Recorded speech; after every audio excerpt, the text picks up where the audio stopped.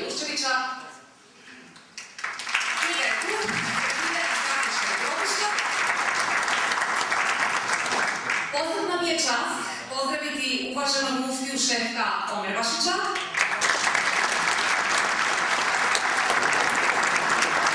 gospodina Tomislava Karamarka, novoizabranog predsjednika Hrvatske demokratske zajednice.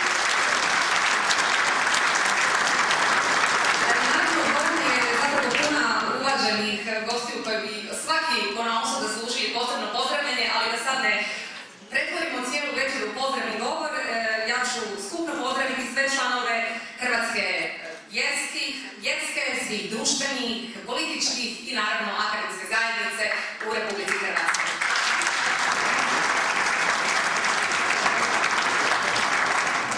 Ovako, knjiga koja je tu pred vama napisana je jezikom struke. U njoj nema nekih velikih strasti, nekih povišenih tonova, nema svrstavanja uz ovu ili onu interpretacijsku politiku ili interpretacijski model. Ovdje popisane činjenice zapravo su rezultat istraživanja za Državno odvjetništvo Republike Hrvatske. I možda upravo zato što su tako neupitne, što su tako nepobitne, tako ogoljene, možda zato još nemilosrdnije zvuče. Iako je na određen način žalosno da mi danas i dalje nekako šaptom govorimo o svemu ovome, sudeći po tome koliko vas je večeras ovdje, rekao bih da bi taj šapat se mogao daleko čuti. U svakom slučaju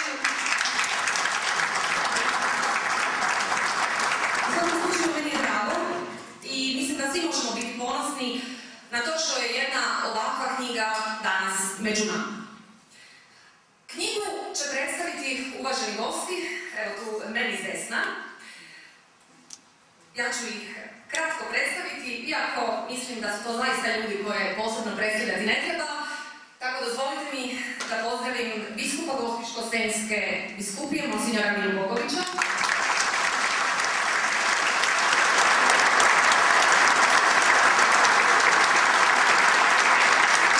Profesora doktora Zvonimira Šeparovića, predsjednika Hrvatskog žrtvovnog društva. A nešto o knjizi reći će vam i sam autor, profesor doktor Josip Ilić.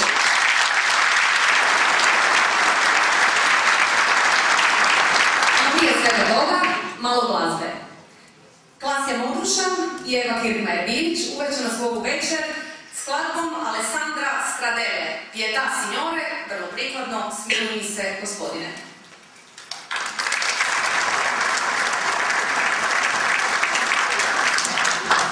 Večer svima, kratko bih predstavila Klasju Modrušan. Ona je glazbenica sa doktorskom diplomom violončelistice i pjevačice. Nastupa u brojnim ulogama u Hrvatskom narodnom kazalištu u Zagrebu i na koncertnim podijima. Znakovito je da je vrlo aktivna u svojim župama u kojima god je živjela u Zagrebu, te snimila nosače zvuka posvećene dolasku Pape Ivana Pavla II. I proglašenju nadbiskupa Stepinca blaženim. Hvala vam lijepa.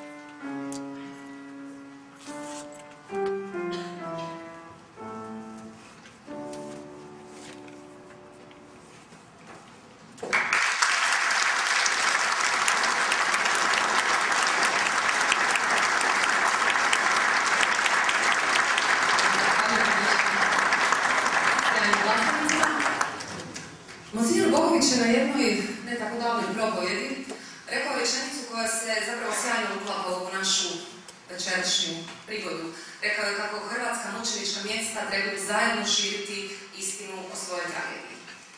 Pa evo, poslušajmo što će nam reći o ovoj temi i o ovoj knjizi.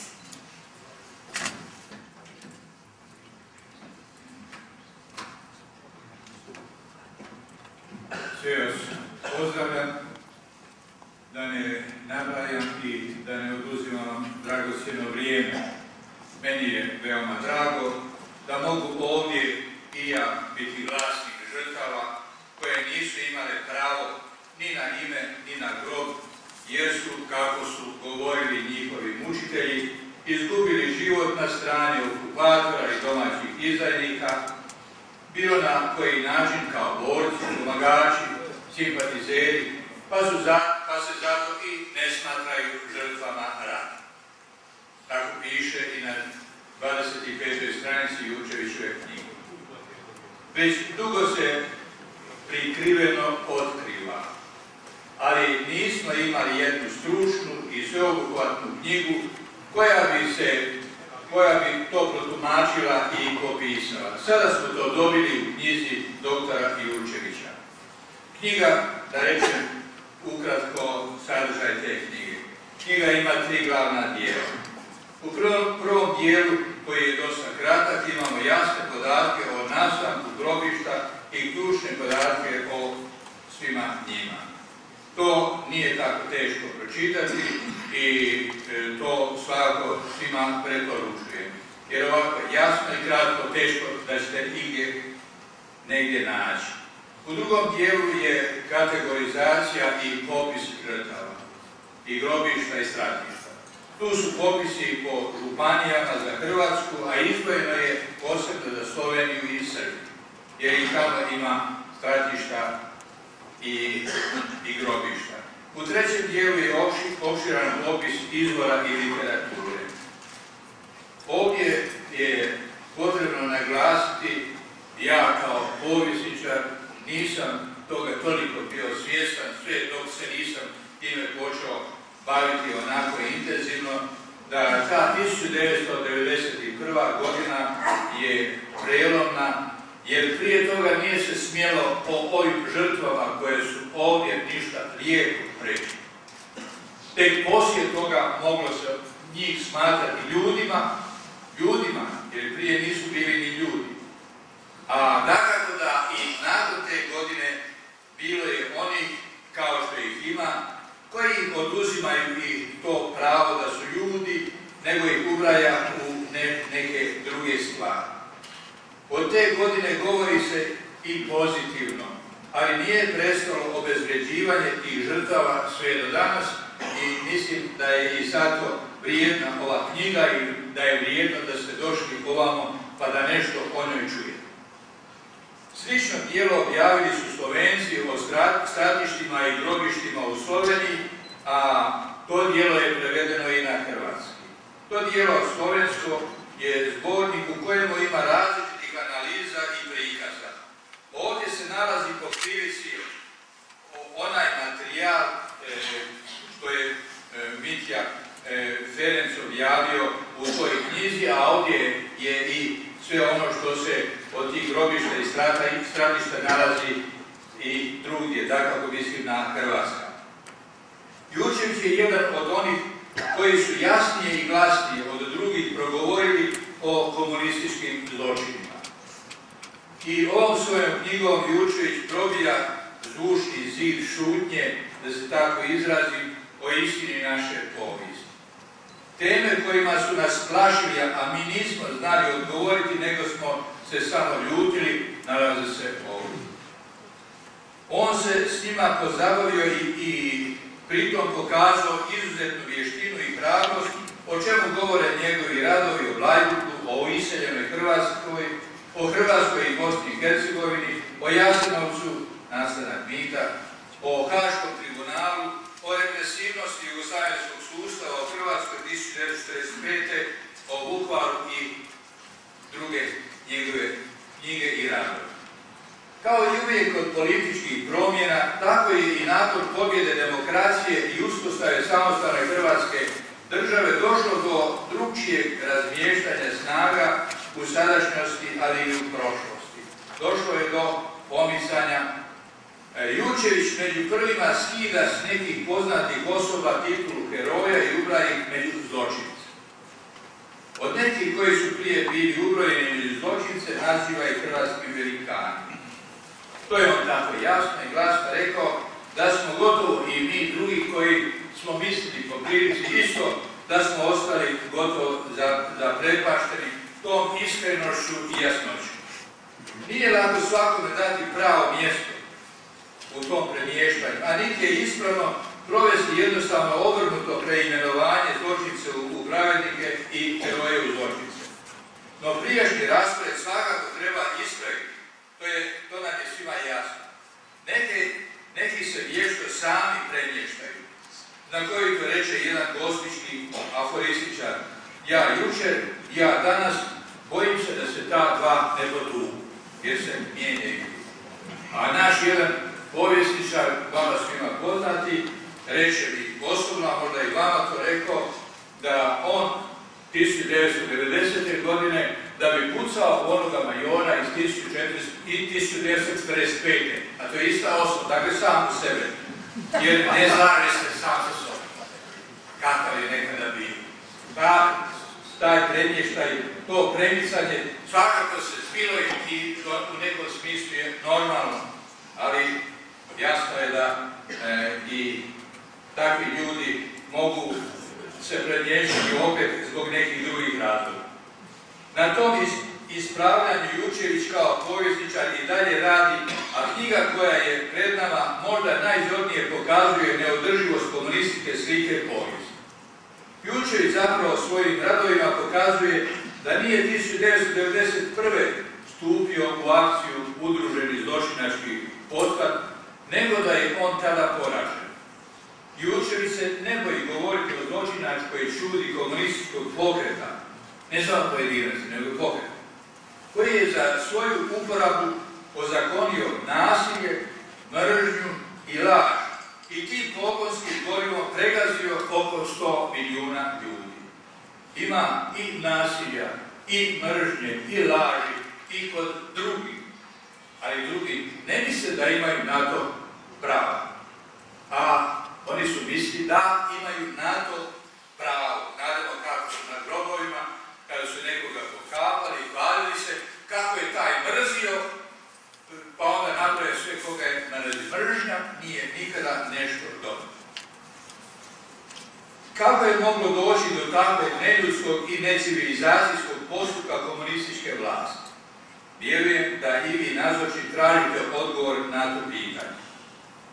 Nedavno je održan jedan znanstveni skup o tome na kojem je nastupio i dr. Jurčević i o toj temi nam je također progovorio. A ja bih tome dodao da je Ivan Pavao II. Rekao da je izvor komunističke doktrine u odnosu na čovjeka kriva antropologija, krivo shvaćanje čovjeka. Jasno je da komunizam ne priznaje teološku postavku da je čovjek stvoren na sliku i priliku Božju. Kad bi to shvatio, onda jasno da ne bi tako postupao prema čovjeku.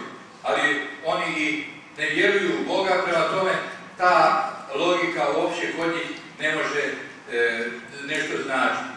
No on se u praksi, koja proizlazi iz teoretskih postavki, postavljao kao da pojedincima i skupinama može oduzeti svako ljudsko pravo, pa čak i pravo na ime i na grob. To se pokazalo u praksi. U tom smislu izraze kao što su uši, gnjide, psi, štakori, korov, kako je komunistički teror titulirao često svoje žrtve, ne treba tumačiti tek kao izraze nekontroliranih emocija, nego kao stvarno uvjerenje da se neke ljude doista smatra samo kao štetočine, prema kojima se može legitimno postupati kao prema štetočinima. To jest, ima se pravo njih jednostavno iskorijeniti, a način nije tako bitan kako će oni to učiniti. Tako veliki broj komunističkih žrtava bjelodano govori da je takav nakaradan stav prema čovjeku potvrđen u svakoj komunističkoj zemlji. To možete vidjeti u onoj knjizi koja je objavljena o komunizmu, crna knjiga komunizma. U ovoj knjizi se pokazuje, ovoj sada Jurčevićoj, pokazuje kako je to činjeno nad Hrvatima. Takve štetočine ne treba ni bilježiti kao ljudske žrtve. Tako u poratnim komunističkim popisima žrtava Drugog svjetskog rata na našim prostorima takvi nisu ni registrirani.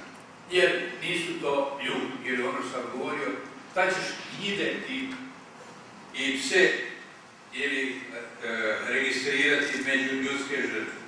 Svi koje su partizani ubili smatrani su narodnim neprijateljima i ratnim zločincima, osuđeni su na zaborav, na damnaciju memorije. Oni mogu doći na popis kada se registriraju zločinci, to je štetočine. O njima se javno smije govoriti samo pogrebno. To je prakticirano i na našem području, ali ne samo na našem, jer to je ta neka logika koja se proteže k nama iz Rusije, a također i u druge zemlje. Nakon 1945. uveden je sustav koji je Hrvatima i katolicima o mnogim temama nametao šutnju. Stvoren je osjećaj o zabranjenom voću, o kojemu je kažnjivo govoriti i pisati, pa čak i u inozemstvu, ako je neko pisao, već je udba bila na tragu njegov. Mnoge istine bile su isključene iz redovne komunikacije. Neke činjenice su tako izobličene da je na gubitnike u ratu bačeno sve zlo, a sve dobro s njih preneseno na pobjednike. U javnosti se stvarao dojam kao da zabranjena istina i ne postoji. Tako smo dobili ljude koji ništa ne znaju o Bleiburgu i o križnome putu, sve tamo do 60-ih, pa čak i do 70-ih godina. Oni su navikli živjeti bez toga i drugih zabranjenih znanja. Prijelaz iz komunističke normale, jer to je bila normala njihova, u ljudsku normalu nije bio kratak ni lagan. Sjećam se da su se 80-ih godina praktični katolici u Prapunjaku čudili zašto kardinal Kuharić uopće spominje ime Stepinac. Pa time šteti i sebi i drugim. Bio sam naime župnik. Znate da se o tome ne smije govoriti. Pa što mu onda to treba? To je bila naime komunistička normala, ona se protegnula jako dugo i nakon pada komunizma i uspostave demokracije. Znakovito je da je prije 1991. godine u Hrvatskoj postojala samo literatura koja je o tim žrtvama sa tih stratišta i grobišta pisala samo ružno, samo loše. Ima slučajeva da su neki pisali i prije, ali na jedan način, a i poslije na drugi način. Tako ja znam da ima jedan iz Like koji je najprije pisao kao major, a poslije je pisao kao kad je otišao u mirovinu i kad je došlo drugo vrijeme, onda je isto po istim stvarima pisao, ali na drugačiji način. Znali su što se prije nije smjelo i to je sasvim za njih razumljivo.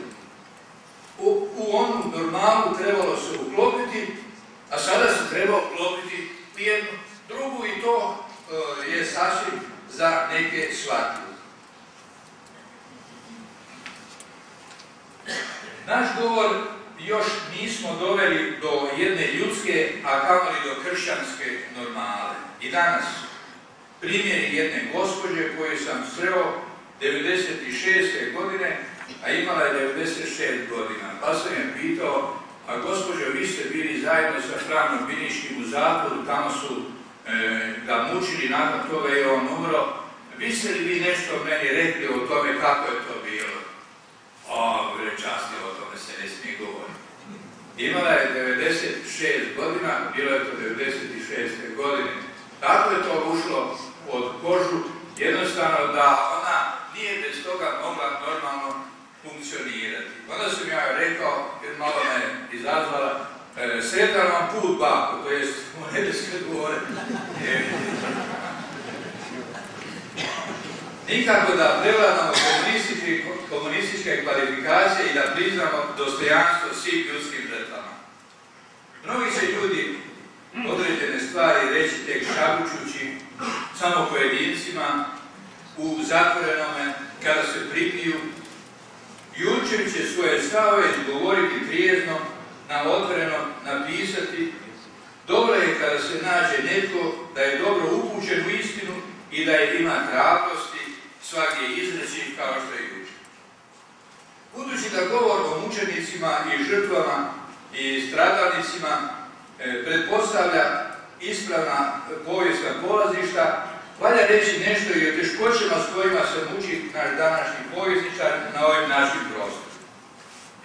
Ovdje bih htio odmah naglasiti kako nam predstoji mukotrpan put da se dođe do istine, da se spasi povijest.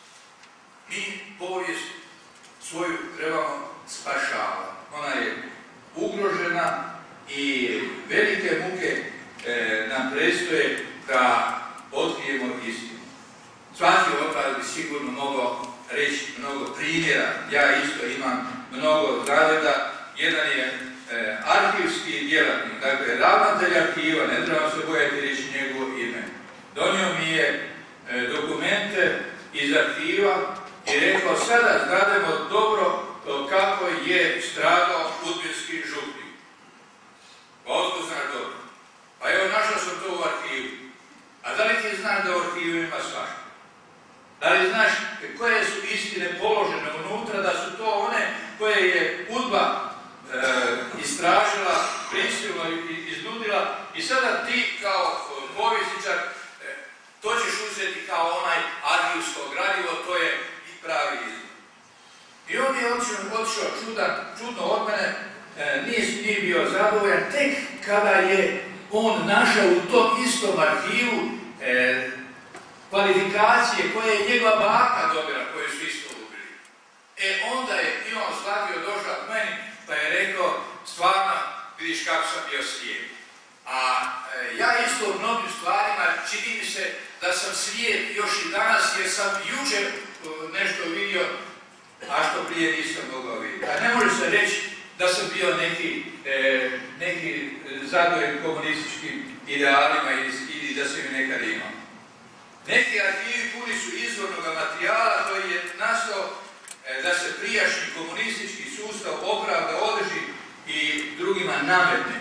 To uključuje sustavno vraćanje onih koji su drugčije misli. Naše knjižnice pune su literature o tom vremenu. Ona nije smjela odskakati od službene vlasti i ideologije. Nije se smjelo objaviti ništa što bi bilo protiv postojećeg vladajućeg sustava. Onome koji danas želi pisati znanstvenu povijest, nude se ti izvori i ta literatura. Mnogi koji su znali kako je bilo nisu smjeli pisati. Kritička mišljenja o vlasti i ideologiji bila su faktički kažnjena. Zato su mnogi šutjeli, pa njihovo mišljenje nije sačuvano. Mnogi se nisu usudili ništa napisati da ne napišu sebi optužbu. Neki su napisano zakopali da sebe i svoje ne ugroze. Sestre u jednom samostanu, tu vidim milosrdnice, to su milosrdnice ili ovdje iz Frankopanske, ne znaju sada gdje su zazidale svoj arhiv. Jer negdje su ga zazidale, ali ona koja je to zazidala, ona nije to smjela nikome reći, a Bogu nije bilo zabranjeno da nju uzme sebi. I tako sada je ostalo da niko ne zna gdje je to zazidala. Hoću reći malo ovako karikirajući kako je teško doći danas do prave istine. Vidio sam da su u mnogim župnim spomenicama istaknute ili su izrezane upravo one stranice koje se odnose na Drugi svjetski rat. Jer ja sam povjesničar pa sam išao po svim župnim uredima. Ali većinom su te stranice izrezane. Ili su nekako isparane, ali svakako ih nema. Tako našem povjesničaru stoje na raspolaganju brojni izvori i velika literatura koji veličaju vrijeme komunističke vladavine i sotoniziraju one koji su s njome nisu slagali. Izvori i literatura koji bi tu vladavinu postavljali u pitanje ili nisu napisani ili su uništeni. Dobrim dijelom. Mnogi nisu ni svjesni tužne slike naše historiografije i ne vide njezina zastranjenja i opasnosti. neprestano upozorava da brojne izvore i povijesnu literaturu iz vremena komunističke vladavine treba uzimati s velikom dozom opreza i kritičnosti, te da je ostalo mnogo praznina koje još uvijek, bar djelomično, može popuniti. Drugim riječima, dužnost nam je spasiti povijesnu istinu. Ona je u mnogim segmentima bila iskrivljavana, ta tendencija nije ni danas nestala, pa je zadatak naših naraštaja još veći. I ako se može nešto reći što bi se smatralo najpozitivnije, jest da ova knjiga doista doprinosi da istina o našoj povijesti bude jasnija i bolje objašnjena. Hvala lijepa.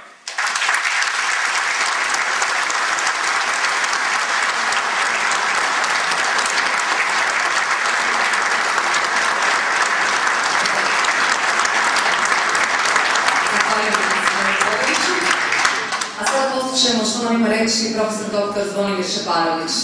Čovjek koji svojim djelovanjem godinama dopušta da se gleda za godina.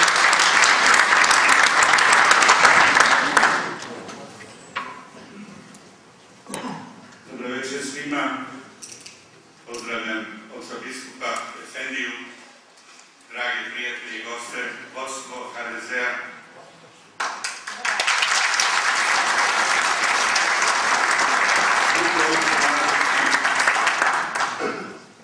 I sve vas. Među vama vidim dosta onih koji su surađivali s nama u Hrvatskom zrakoplovnom društvu, pa me oni posebno vesele. Knjiga koja je pred nama, je knjiga povjesničara mlađe generacije koji sakrivio, temeljito, koristeći svo svoje znanje i suvremenu metodologiju, istražuje istinu o kojoj je govorio naš otac biskup i nastoji proniknuti u delikatne, osjetljive, velike teme kao što su one o stradanjima Hrvata, hrvatskog naroda, hrvatskih ljudi u povijesti, posebno u novijoj povijesti. Naš autor posvećuje svoju knjigu pogubljenim na svim hrvatskim križnim putovima te njihovim obiteljima i prijateljima. S ponosom i tugom uvijek ćemo ih se sjećati. S pravom je to rekao. I dobro je da je ova priredba u ovom prostoru koji je dobar za Hrvatsku, za Hrvate. Ovdje se mnoge važne stvari događaju u ovoj dvorani, dogodile su se i jedan naš kongres. Dobro je da smo danas, kad smo do duše rasuti po Zagrebu, eno naših dragovoljaca na grobu, na dvoru Borih na Šestina, evo i na Jarunu, Sveta Misa, ali i ovdje je dobro. U nama je zapravo osjećaj dan državnosti je tu negdje, bio je, a onda su došli oni kojima nije do Hrvatske, pa su počeli omicati i mijenjati povijest. I ko bi se danas mogo sjetiti, hoće li sutra Obamin protivnik, ako pobjedi, promijeniti 4. srpanj, 4. July, u nekakav drugi datum, nekakve druge bitke i neke druge nezavisnosti američke slobode. Ili Francuzi da promijene svoj dan Bastilje i drugih. Povijest se ne dira, a posebno se u nju ne smije manipulirati. Ova knjiga i ova večer hoće promijeniti odnos, hoće reći ima jedna velika tužna istina o stradanjima Hrvata, nju hoćemo znati, nju hoćemo promicati i zahvalni smo Josipu Jurčeviću što je nastavio ovu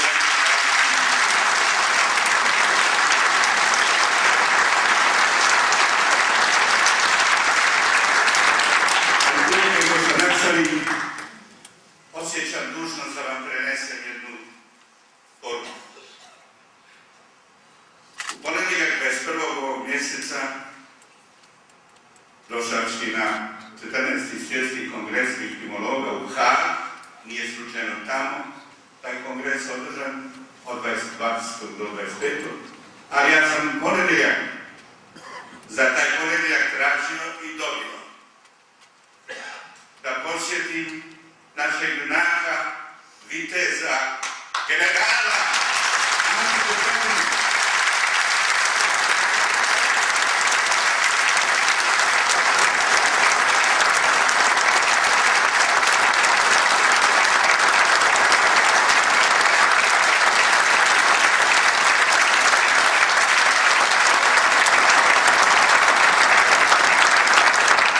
Prije odrašao kako, zamolio sam one prijatelje i one koje sam znao, ako imaju poruku ili kakvu želju da je meni priopće do ponoći u subotu navečer, ja da ću odnijeti i prenijeti našem vitezu u Uzama. Dobio sam pregled poruka s najboljim željama. Ti si naš Leonida, ti si naš Ban Jedačić, vrati nam se, dođi. Na 100 načina ga podržavaju, mole za njega. Proveli smo 2 sata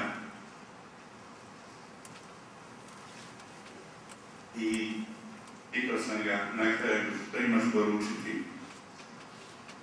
Pozdravim i prijatelje i pozdravim moju Hrvatsku.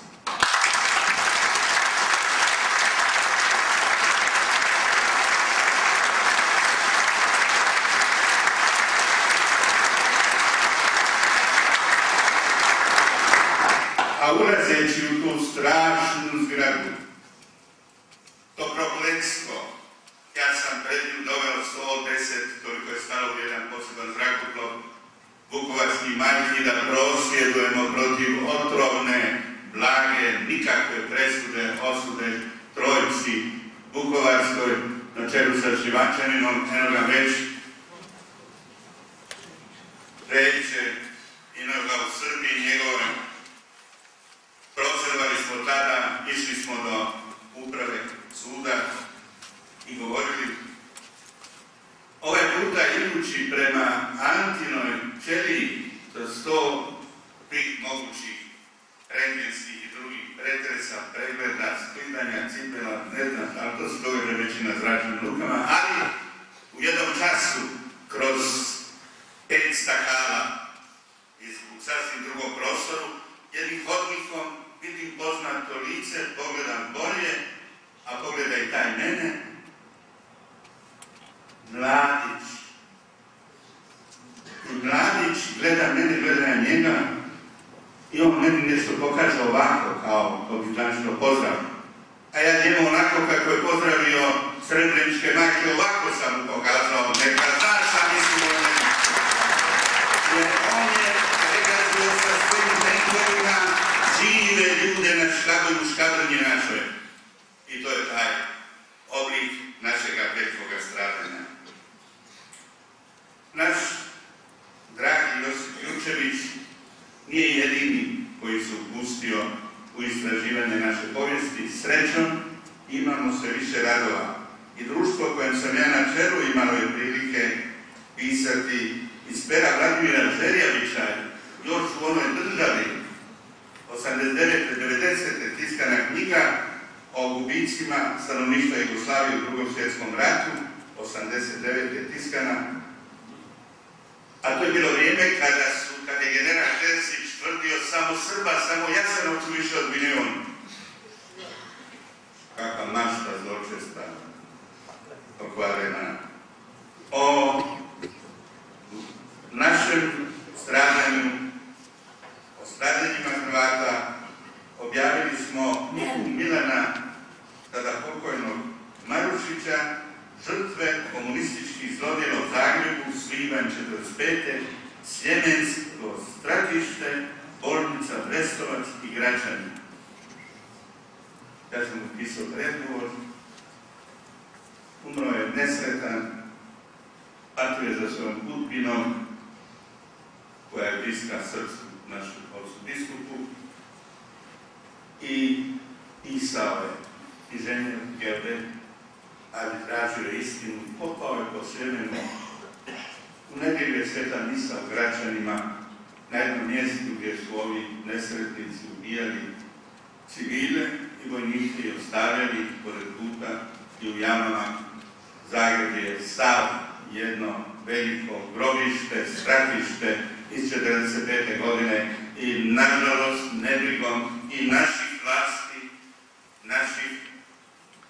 kad smo bili i imali vlast, nije na tome dovoljno učinjeno. Literaturi o stradanjima naših ljudi na Bleiburgu i bližnjim putevima u koje ulazi Niko Nikolić, Ante Beljo, Suzana Pinčević-Truks, koja je na prošlom našem kongresu predstavila svoju sjajnu knjigu, ilustriranu svojim slikama, Ivo Bogdan, Bruno Bušić, Daniel Crljen, Krunoslav Draganović, Jozef Kečimović, Rudolf Horvat, Jozo Iličević, Jere Jerev, Kazimir Katalinić, Ivo Korski, Zvonimir Kurlunčić, Jegoslav Lasić, Karlo Mirt, mnogi od ovih su mrtvi, dr. Trpimir Marcan, fra Andrija Nikić i mnogi drugi su pisali o ovom fenomenu našega stradanja i došlo se do vrlo značajnih rezultata. Mi smo blizu istine, cijelu istinu još ne znamo. Ko je počinio zločine na Bleiburgu i križnim putovima? Neposredni su izvršitelji srbočetnički partizanski određeni, među kojima je bilo i Hrvata. Partizanski bolševički vrh je zapovjedio ubijanje. Hrvatska je vojska morala biti pobijeđena da bi Jugoslavija mogla ostati, pisao je Milovan Đilas u vremenu.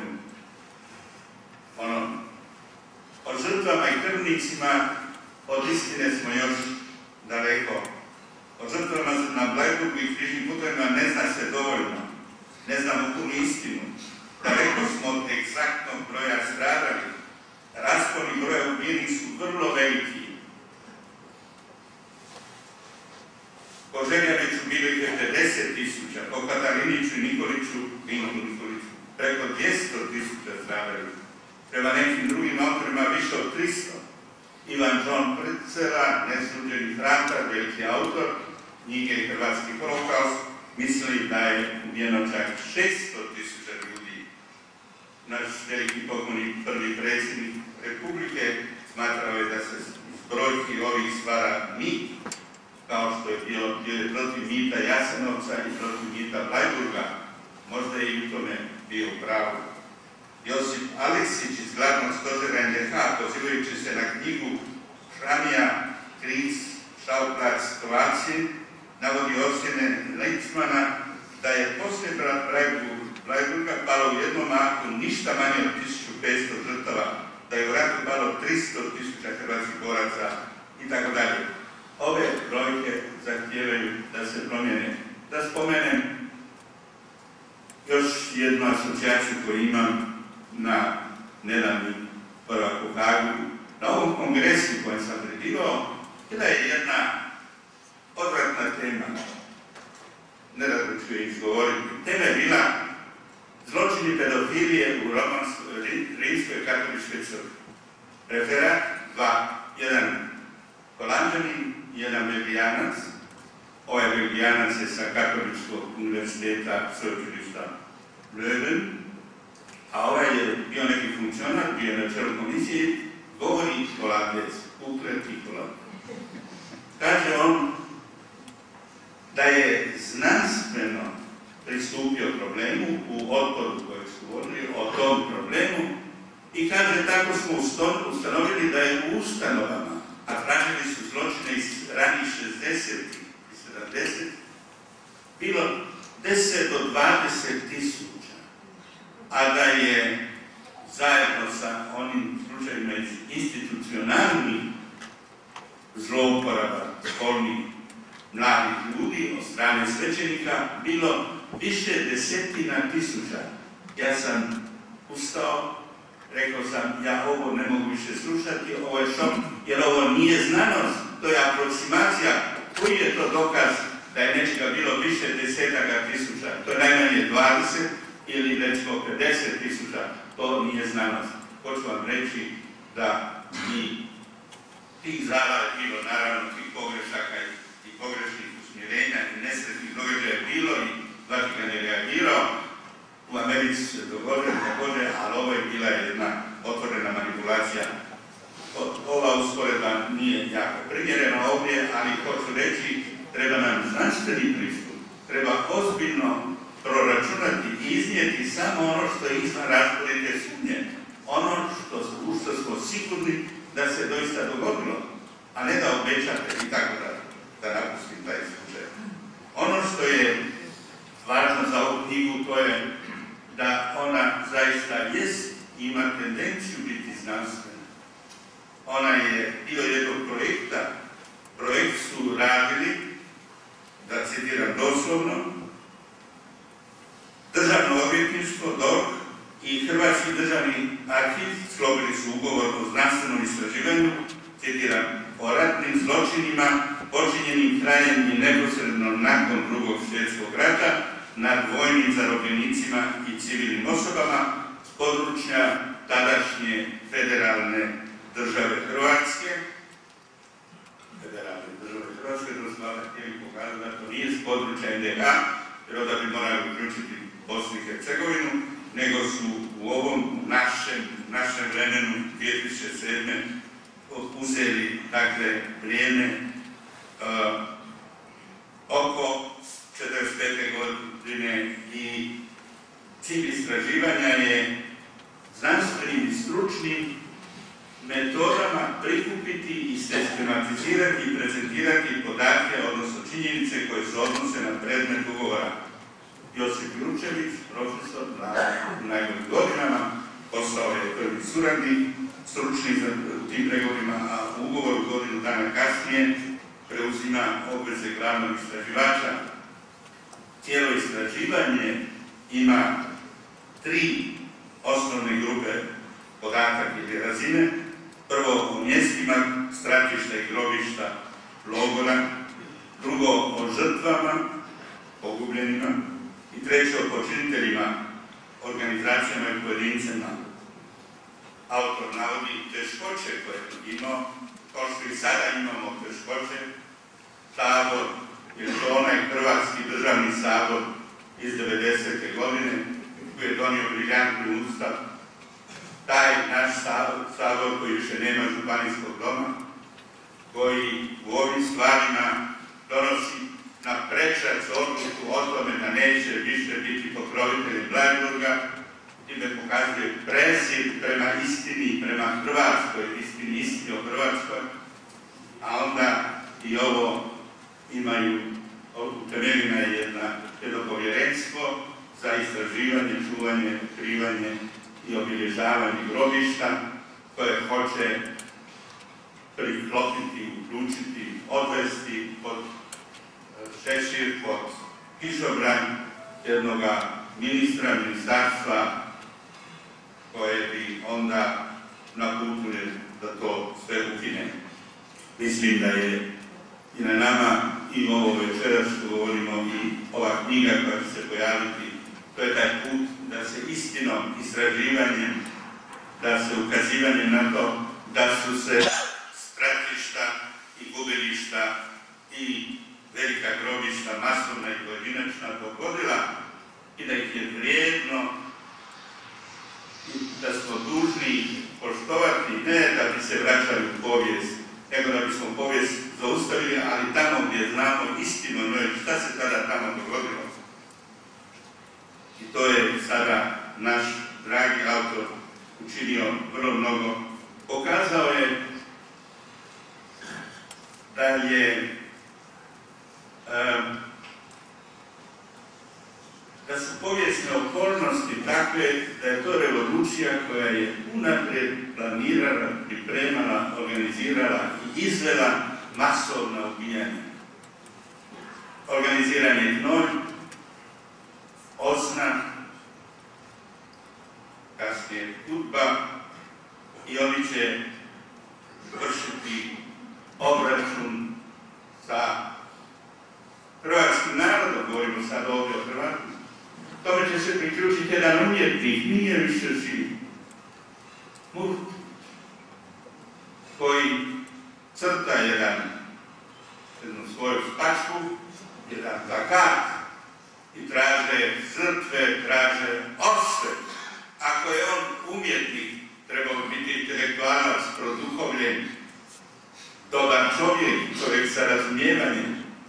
Ako on traži osvetu i to crta svojim crtežem, poziva, a to se onda i događalo, onda je on suradnik, suučesnik tom zločinu. To samo usput spominjem.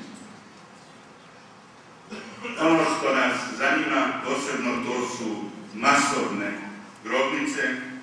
Treba reći da su Macerska gora i Jazovka u lipnju 22. idemo obično na Jazovku, a ovih dana se ide na Macersku goru i tamo se moli. To su relativno dobro istražena stratišta.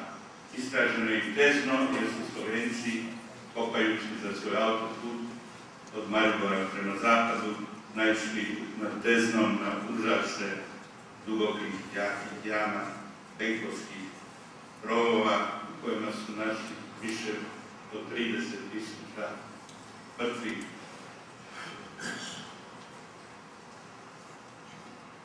Na Hudoj jami, u rudnicima,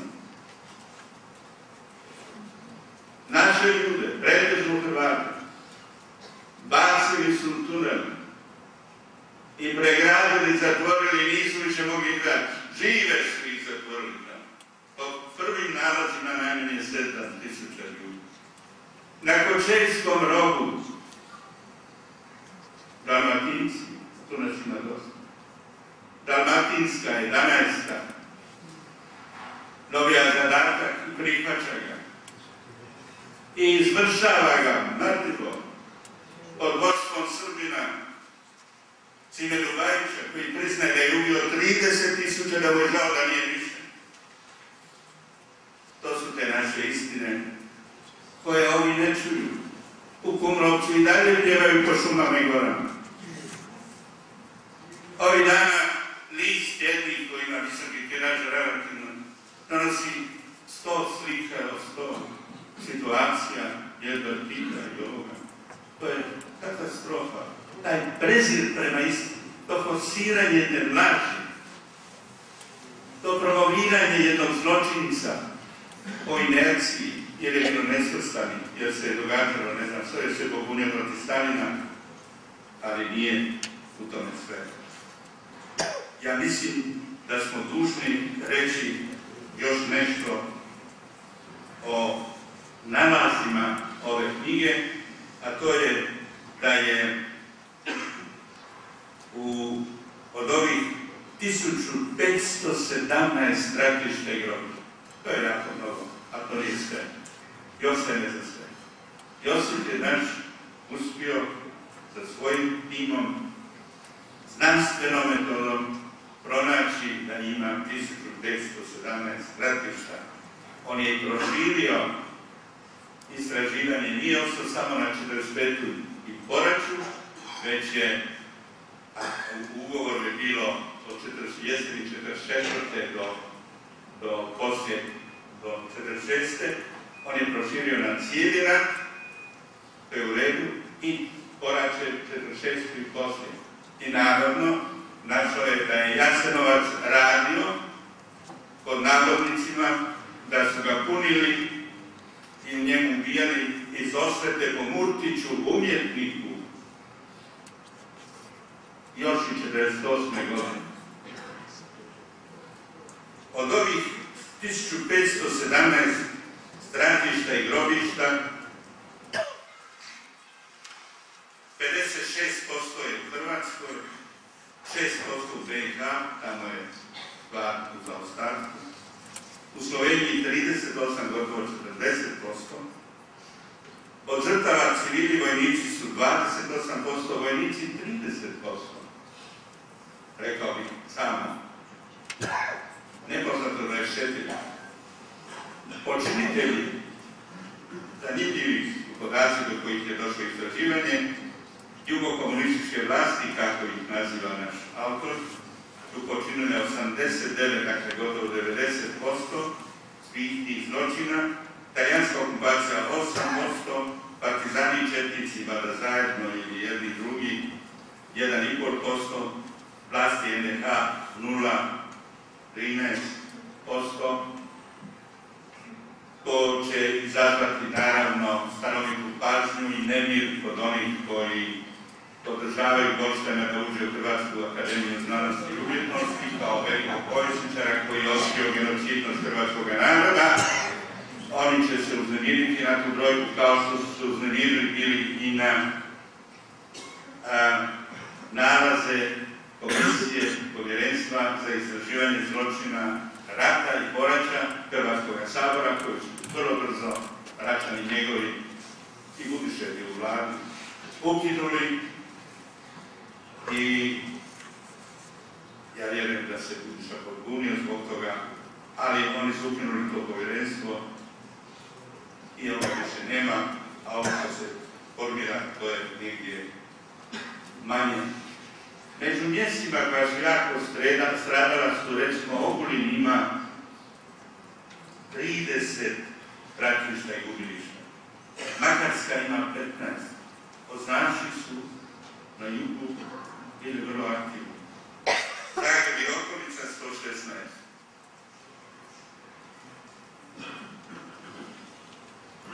U Dubrovačkoj županiji na otoku Korčuli zabilježeno je nekoliko jama. Jedna jama se zove Paklenica.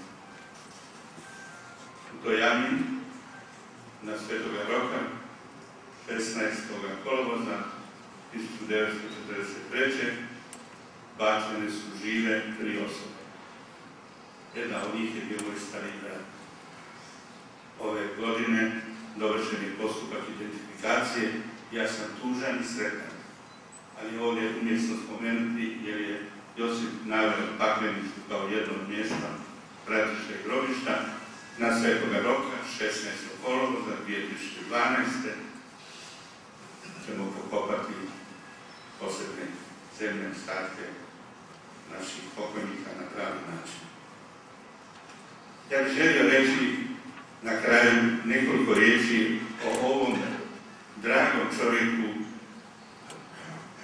znanstveniku sa izgledom za veliki uspjeh i budućnost, jer je ostvario veliki uspjeh već do sada.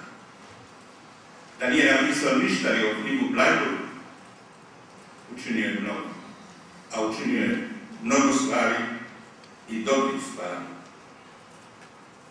Josip Jurčević je iz Studenaca kod Imotskoga, otac 6, ne znam da li se povećao.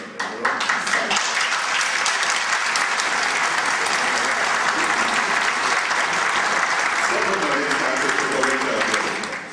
7, evo, bravo.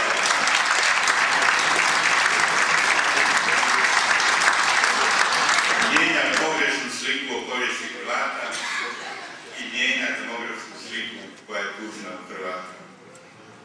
On je diplomirao 75. povijesti i filozofiju na Filozofskom fakultetu u Zagrebu. Tu je i magistrirao 96.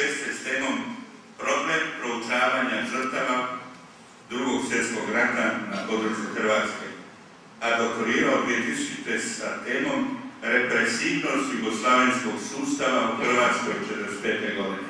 Dakle, on je od početka impregniran problemom stradanja hrvatskog naroda i problemom jugoslavenskog represivnog sustava. U ljeto 90. bio je jedan od otkrivača jame Jazovke, masovnog grobišta poratnih žrtava. Čestitajmo mu. Bio je dragovoljac Hrvatskog domovinskog rata.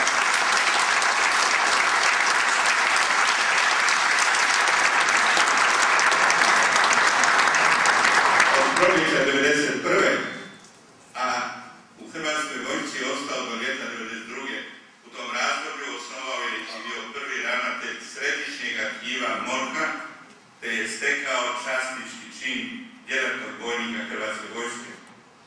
On radi u Zagrebačkom institutu društvenih znanosti Ivo Pilar, na studiju povijesti na hrvatskim studijima Sveučilišta u Zagrebu drži kolegij povijesti povijest 20. stoljeća, a na studiju novinarstva kolegij povijest uspostave Hrvatske države. Za to vrijeme Ivo Goldstein drži povijest na Filozofskom fakultetu u Zagrebu. Na Visokoj učiteljskoj školi u Petrinji predaje hrvatsku povijest u 20. stoljeću. Te su mu teme u središtu zanimanja, posebno ratno i poratno stradalništvo vezano za Drugi svjetski rat, hrvatsko iseljeništvo te hrvatski domovinski rat. Autor je jedne, nastanak Jasenovačkog mita, i suautor 17 knjiga, u međuvremenu je objavio i Bleiburg knjigu, objavio 20 znanstvenih stručnih radova i tako dalje. Stručni je suradnik 9 dokumentarnih filmova, vidjeli smo ga nedavno u seriji o Zloglasnoj Udri, gdje je dobro parirao nekima drugima koji su vrlo neobično tamo govorili, ali naš osvit je vjera sebi traži istinu. Tada vodi 2 projekta, Hrvatski domovinski rat i imigracijski procesi između hrvatskog iseljeništva i Republike Hrvatske. Dame i gospodo, ja vas pozivam da ovom dragom čovjeku najboljih godina, koji je dobro krenuo, koji je izvršne stvari već do sada napravio, poželimo uspjeh, dobro zdravlje i da nastavi kako je počeo, jer onda ćemo dati više od naših prazni.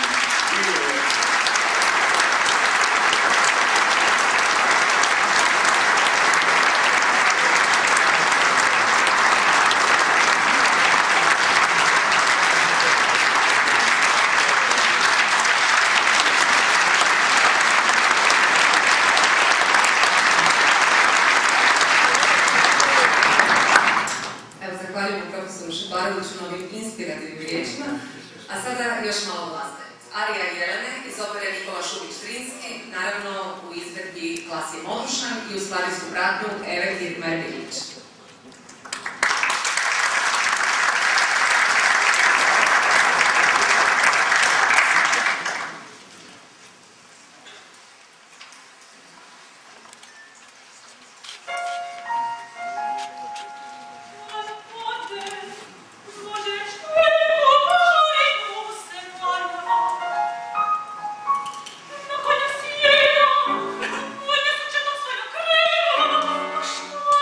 you.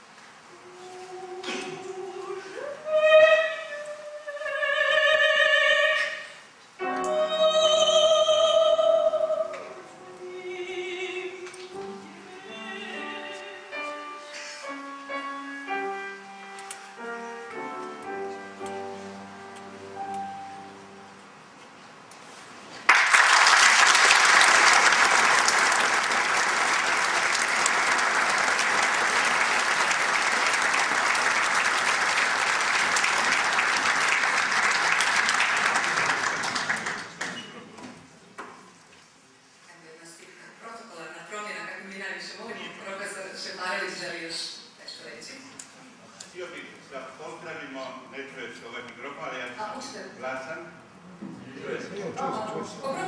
Sve u redu. Među nama je osoba koja je došla iz najveće udaljenosti, više nego svi mi skupa. Ta osoba je pjesnik. Ta osoba pati zbog Hrvatske kad Hrvatskoj ne ide dobro.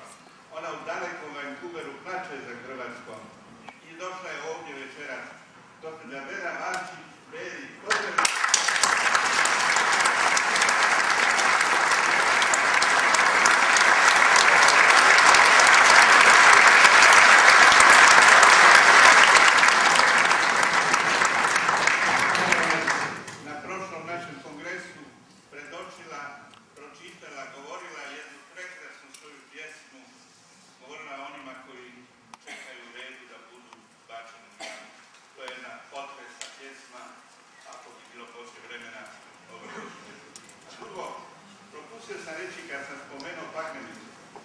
Ja sam godinama tražio da mi se omogući da izvučemo i ekshumiramo posmrtne ostatke osoba koje su bačene njima i moj brat.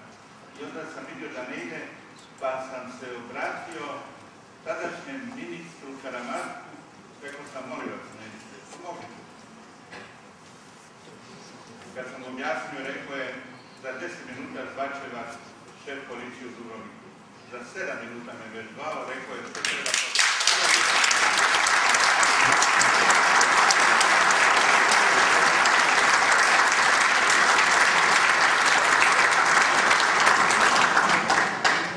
Evo, kad ste vidiš tako lijepo uvod, ako ste tako lijepo uvod napravili, mogli bismo gospođu koja je stvarno iz dalekog Vancouvera došla, ako imate pjesmu sa sobom, je zaista da tu.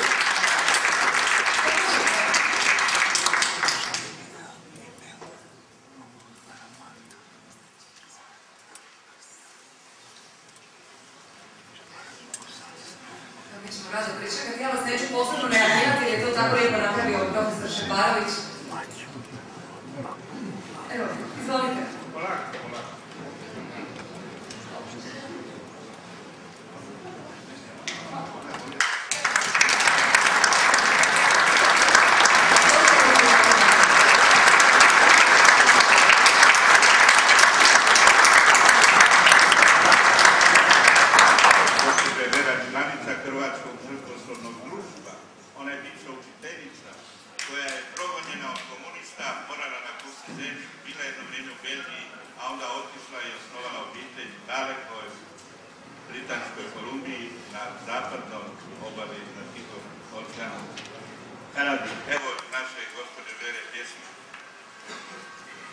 Stoji i broji. Još ih 9 ispred njega. Boji se za one koje za majke koje nikada neće prestati plakati. Za dragu koja nikada neće prestati čekati. Boji se za djecu koja se nikad neće roditi. Boji se za domovinu koju nikad više neće moći braniti. Pa kad 9. padne, za njim će i on padati i molitve će se stirati.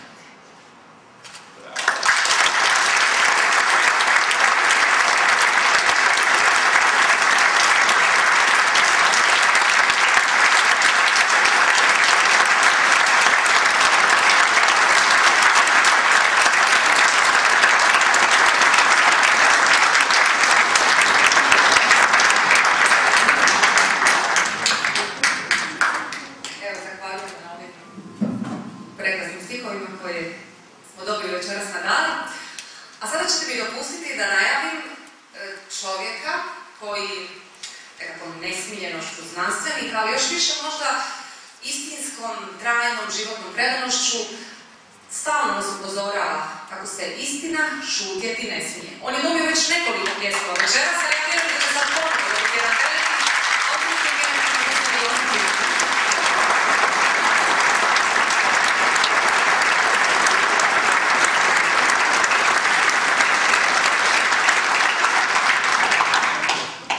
Uzvoditi oče biskup Emile Bogović, uvaženi muftija Šefko Merbašić, dame i gospodo, dragi prijatelji.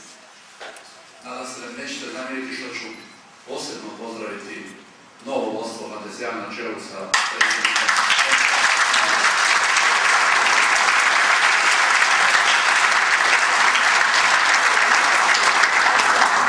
Tome su dva razloga. Jedan je opći nacionalni, jer se nadamo da će ta nova snaga okupiti razasutu hrvatsku snagu i suočiti nas sa našom prošlošću kako bismo napokon mogli krenuti u hrvatsku slobodnu budućnost. Drugi razlog je osobne prirode vezane za ovu knjigu, kao što je već rekao gospodin Šeparović. Također Tomislav Karamarko prije 5 godina jedan od najzaslužnijih što je pokrenut uopće ovaj projekt koji je rezultat ova knjiga, a i na druge načine podupirao suočavanje Hrvatske sa ovom najbolnijom prošlošću, uključujući ovu fotografiju koja je možda promakla u obliku plakata. To je fotografija kose, ženske kose, pronađene u Hudoj jami u Sloveniji 2009. godine. Ona govori puno više nego mnoge druge fotografije, jer to je ženska kosa, to su ostaci, nekoliko tisuća koje su tamo pronađene, a nakon toga, to je bilo toliko zastrašujuće, uključujući i druge fotografije i nalaze, da su prvi put na tome grobištu, a prije toga je bilo više desetaka istraženo u Sloveniji, proglasili članovi komisije, ali i državnog tužiteljstva u Sloveniji. To svjedoče zastrašujućim zločinima, o kojima zapravo ništa još uvijek ne znamo obzirom na njihove razmjere i u Hrvatskoj, ali i diljem bivše Jugoslavije, gdje se najčešće i najviše nalaze razasute hrvatske kosti. Meni je kao autoru dužno zahvaliti se svima koji su zaslužni za nastanak ove knjige, uključujući i suradnike koji su pomagali tijekom trajanja ovoga projekta, urednici, recenzentima, među kojima je ovdje predstavljač Zvonimir Šeparović,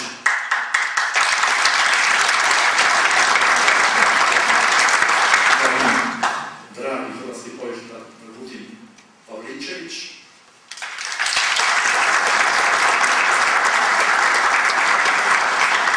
i naravno zahvaljujem se svojoj obitelji koja je morala biti sama dok sam ja dosta toga radio, a ovdje je nazočan samo jedan predstavnik moje supruge.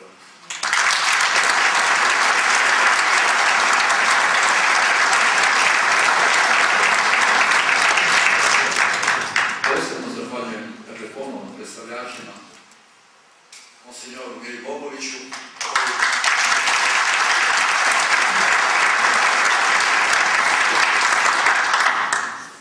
koji vodi za sada jedini institucijski projekt na hrvatskim prostorima, to znači u Hrvatskoj i Bosni i Hercegovini, ispred biskupskih konferencija, jedne i druge, o martirologiju i nedavno, kao što je rekao, održan simpozij, a isto tako ponovno moram naglasiti Zvonimira Šeparovića, koji je na čelu Hrvatskog žutasnog društva i golemi su prinosi koje on u ovih 20 i nešto godina, od 89. kao što je sam rekao, otvoreno iznosi u Hrvatskoj, organizira skupove, izdaje knjige, da ne nabrajam dalje.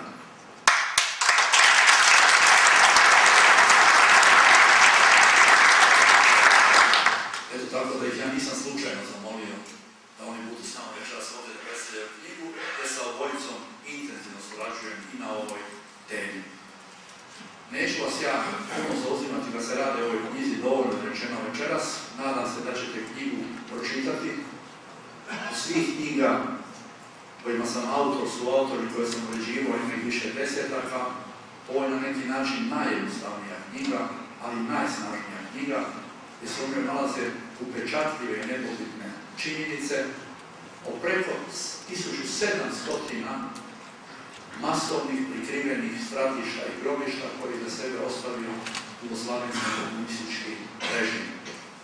Radi se o pouzdanim podacima, jer se radi o evidentiranim grobištima državnih komisija u Sloveniji i Hrvatskoj, zatim o nalazima, i to dosta ograničenih za sada u Bosni i Hercegovini, 91 grobište koje je prošlo verifikaciju također i Hrvatske državne komisije, a se nalaze i podaci o preko 180 grobišta koje je istražila prije 2 godine, to je utvrdila državna komisija u Srbiji. Ali ja očekivati nažalost da će se taj broj značajno povećati jer istraživanja su tek počela u Srbiji. U BiH su ona dramatično ograničena. Možda će vam najlakše to objasniti jedan podatak da sam lani bio u svibnju post Sarajevske televizije. Kad sam tamo izrekao rečenicu da je Josip Broz Tito jedna od najvećih masovnih ubojica u 20. stoljeću prema istraživanju njemačkih znanstvenika i drugih znanstvenika na zapadu, tada se jedan gledatelj opeo na neboder, nazvao televiziju mobitelom i prijeti da ću izvršiti samoubojstvo zbog toga. To je prvi put u životu čuo tu šokantnu istinu. Dakle, to svjedoči koliko je ozračje još uvijek u državnom nastavljenom raspadu više Jugoslavije nepovoljno za istraživanje i suočavanje s ovim elementarnim istinama. Tako da ovi podaci u ovoj knjizi su dakle neupitni, oni su slušni, govore o lokalitetima, o njihovom smještaju u državama, u prostoru, u općinama, govore o poznatim podacima, tko se nalazi u njima u smislu vojno-civilnog statusa, nacionalne pripadnosti, a također tko su glavni počinitelji, čuli ste o tome također govorio dr. Šeparović. Za običnog čitatelja najvrijedniji će biti podaci zbiljni pokazatelji koji su prikladni praktično i grafički i zaista se sa pouznanjem mogu koristiti u javnoj komunikaciji. Za buduće istraživače i mnoge koji se meni obraćaju, a takvih je na desetke tisuća, koji još uvijek ne znaju gdje su nestali njihovi najmilije, najčešći iskaz je nestao na križnom putu, a posljednji put viđen tu i tu. Tako da će oni moći u ovim grobištima prema tome nešto možda saznati, a još više će možda istražiti po prvi put objavljenim detaljnim arhivskim fondovima diljem hrvatskih pismohrana u kojima se nalaze odgovarajući podaci za tajna dubinska istraživanja. Neću govoriti o drugim stvarima, to ćete došli u knjizi, dakle, o kontekstu povijesnom, ali ipak imam potrebu ovdje naglasiti jednu činjenicu koja se uporno prešućuje u Hrvatskoj i ona je bitna i za hrvatsku sadašnjost i budućnost. O tome su mnogi pisali hrvatski intelektualci tijekom 20. stoljeća, bez obzira da ih svrstavali, rekao bih, pogrešno na lijeve i desne, mnogi u hrvatskom iseljeništvu, mnogi na takozvanoj lijevoj strani, uključujući i Krležu, koji su se neprekidno propitivali zbog čega se to događa Hrvatima i Hrvatskoj, da neprekidno zadavamo razmjero daleko više nego drugi. Nažalost, puno je razloga tome, ja ću ovdje izdvojiti jedan, možda filozofijski, ali zapravo leži u temeljima svega što se događa u Hrvatskoj i što bi se moglo događati u Hrvatskoj. Potrebno je najprije naglasiti dakle, da je čovjek jedino živo biće koje koristi razum i samosvijest. Razum i samosvijest nikako ne može biti bez pamćenja. Kad se ukine pamćenje, čovjek se vraća na životinju zvijeru. Dakle, svi oni koji traže ukidanje pamćenja bilo o ovoj temi ili ukidanje pamćenja u Hrvatskoj i okretanje nekoj budućnosti bez pamćenja, dakle, vraćaju nas na razinu orangutana. Toga moramo zaista biti svjesni. Posebno odgovornost u tome imaju intelektualci diljem svijeta, ali opet poglavito u Hrvatskoj, obzirom da je komunizam dakle, ukinuo je sjećanje i pamćenje. To je jedan zahvat kakav nikada nitko nije izvršio, ne samo u Hrvatskoj, nego u svijetu. Komunizam u Hrvatskoj samo je dio svjetskog komunističkog projekta koji je ostavio pustoš, ne samo ovo 100 milijuna ubijenih diljem svijeta od komunizma, nego ostavio još veću duhovnu pustoš koja i danas osobito vlada u Hrvatskoj. Komunizam je sam sebe proglasio diskontinuitetom. Pamćenje podrazumijeva kontinuitet. Dakle, nemoguće je bilo što napraviti i učiniti u tehničkom, duhovnom smislu bez kontinuiteta civilizacijskog pamćenja koje posjeduje čovječanstvo i Hrvatsko. Komunizam je rekao da s njime počinje povijest, dakle da smo se vratili na razinu, kako smo rekli, orangutana na početku. No, i ranije u hrvatskoj povijesti, osobito u 20. stoljeću, obzirom na teška totalitarna autoritarna iskustva, neprekidno smo kretali ponovno iz početka. Svakih 20 godina, u proteklih 100 godina, ili je bila Austro-Ugarska, pa je došla prva Jugoslavija, pa NDH, pa druga Jugoslavija, pa onda iza toga Republika Hrvatska. Dakle, to je 6 različitih državnih sustava koji su potpuno proglašavali neprijateljstvima dotadašnje ili bivše sustave i došlo je do potpunih poremećaja u društvenim elitama, posebno među intelektualcima, koji su, nije čudno, zakazali u 20 godina, nakon što smo veličanstveno herojski odbranili Hrvatsku i uspostavili samostalnost, nastala je ipak šutnja, gdje kriza intelektualaca proizvedena ranije, među koje i ja također pripadam, na neki način tu nalazim glavni dubinski poticaj rehabilitirati ne samo sebe kao osobu i pripadnika određenog naroda, nego i skupinu kojom stjecajem obrazovanja pripada. Golemi su pritisci institucijski, golemi su igre koje ja razumijem i koje doživljavam da bi se uspostavila šutnja. U to ime kažem, nemojte zanemariti što sam ovdje pozdravio posebno novo vodstvo HDZ-a, jer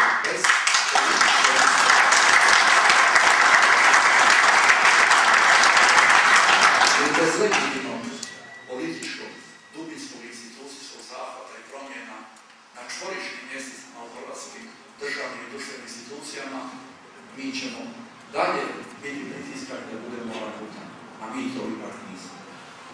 U to ime, dakle, služi ova knjiga s ovim osnovnim činjenicama i ja se nadam da hrvatska budućnost neće biti takva da se s time nećemo suočavati. Dakle, komunizam je ostavio, ponavljam, duhovnu pustoš kojoj se moramo suprotstaviti.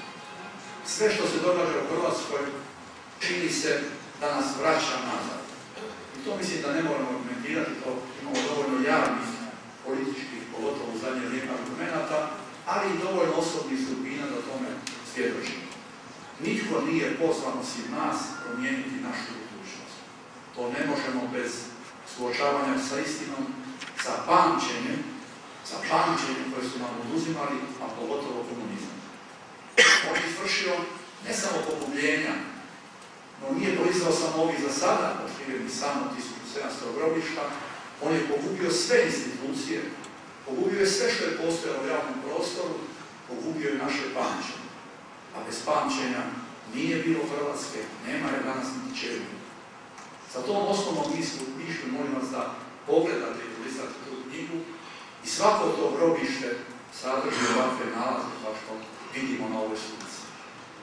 Takva bešćutnost nikada nije zabilježena ni od jednog nacističkog i fašističkog ili militarističkog japanskog totalitarnog režima i niko nikada nije izvršio tako duboki, ne samo fizički, upravljački, politički, nego i ovaj duhovni civilizacijski zahvat, kao što je to učinilo u vrijeme komunizma.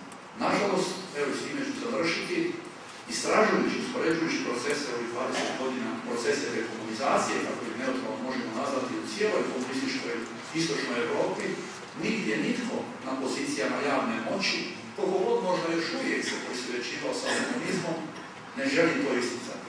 Jer je potpuno jasno osvješteno, dakle, i u Srbiji, i u Bjelorusiji, a da ne govorim u Poljskoj ili Mađarskoj i drugdje, dakle, da komunizam takav kakav je bio nema budućnosti. Međutim, jedina Hrvatska nažalost doživljava reafirmaciju institucijsku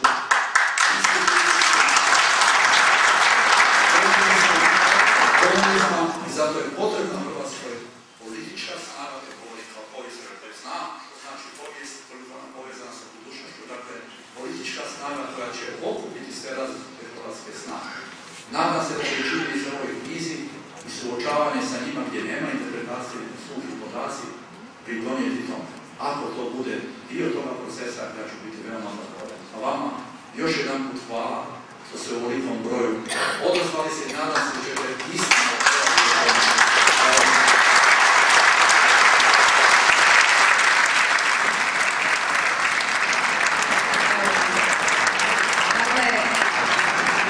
Netko je jednom zapisao, nema zlih istina, ima samo zlih stvarnosti. Ova je knjiga istina o jednoj takvoj stvarnosti, zato hvala njezinom autoru. Hvala i predstavljačima uvaženim koji su vam govorili večeras i o knjizi i o svemu onome oko knjige.